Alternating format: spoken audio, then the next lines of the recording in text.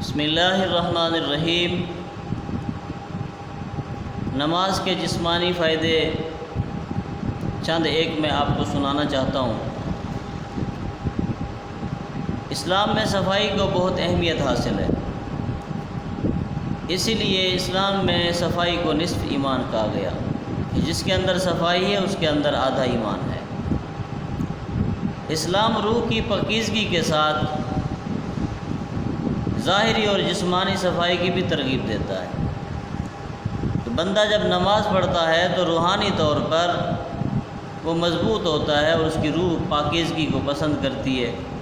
جب نماز پڑھتا ہے تو اس کی روح کو بھی ایک طاقت ملتی ہے، اور وہی معاملہ آگے چل کر جسمانی اور ظاہری صفائی کا ہوا، جسے نصف ایمان کہا گیا کہ ایمان کا آدھا حصہ نماز ہے، صفائی ہے۔ نماز کی پہلی ہی شرط جو ہے وہ طہارت ہے، یعنی جسمانی پاکیزگی و صفائی۔ نماز کے لیے ضروری ہے کہ وہ باقاعدہ طور پر صاف ستھرا اور پاک لباس پہن کر اللہ کے حضور حاضر ہو۔ اور جدید سائنس نے بھی یہی کہا کہ جو دن میں ہاتھ منہ کو 5 مرتبہ اگر دھوتا ہے تو وہ انسان جلد کے موذی امراض سے بچ جاتا ہے۔ نمبر 1، جلد کے موذی امراض سے بچ جاتا ہے،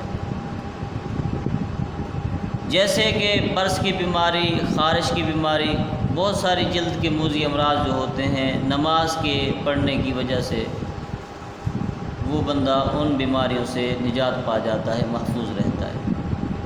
اس کے علاوہ جب بندہ وضو کرتا ہے تو وضو کے دوران سر کے اوپر مسح کرتا ہے، پھر گردن کا مسح کرتا ہے، جس سے وہ اس کا قوت جو ہے، ذہنی قوت میں اضافہ ہوتا ہے، یادداشت بڑھتی ہے، عقل بڑھتی ہے، ذہنی قوت زیادہ ہوتی ہے، اضافہ ہوتا چلا جاتا ہے۔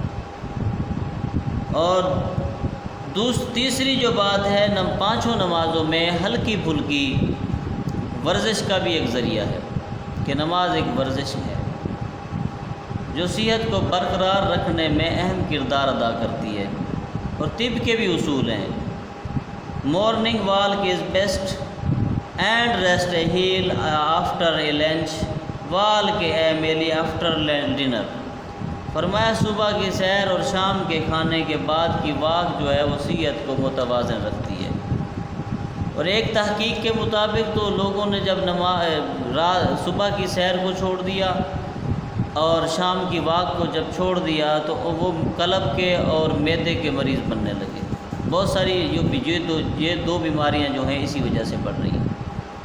مگر اسلام کے اندر جو بندہ فجر کی نماز پڑھتا ہے اور عشاء کی نماز پڑھتا ہے وہ دل اور معدے کے امراض سے محفوظ رہتا ہے۔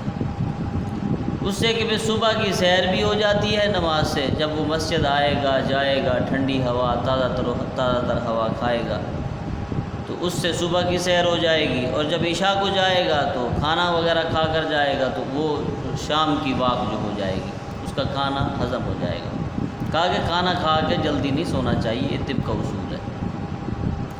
یوں ہی مذہبی فریضہ بھی پورا ہوتا رہے گا، اللہ کا فرض بھی ادا ہوتا رہے گا، اور آپ بھی صحت مند متوازن صحت کے متوازن اصول کو اپنا کر آپ بھی صحت مند رہیں گے۔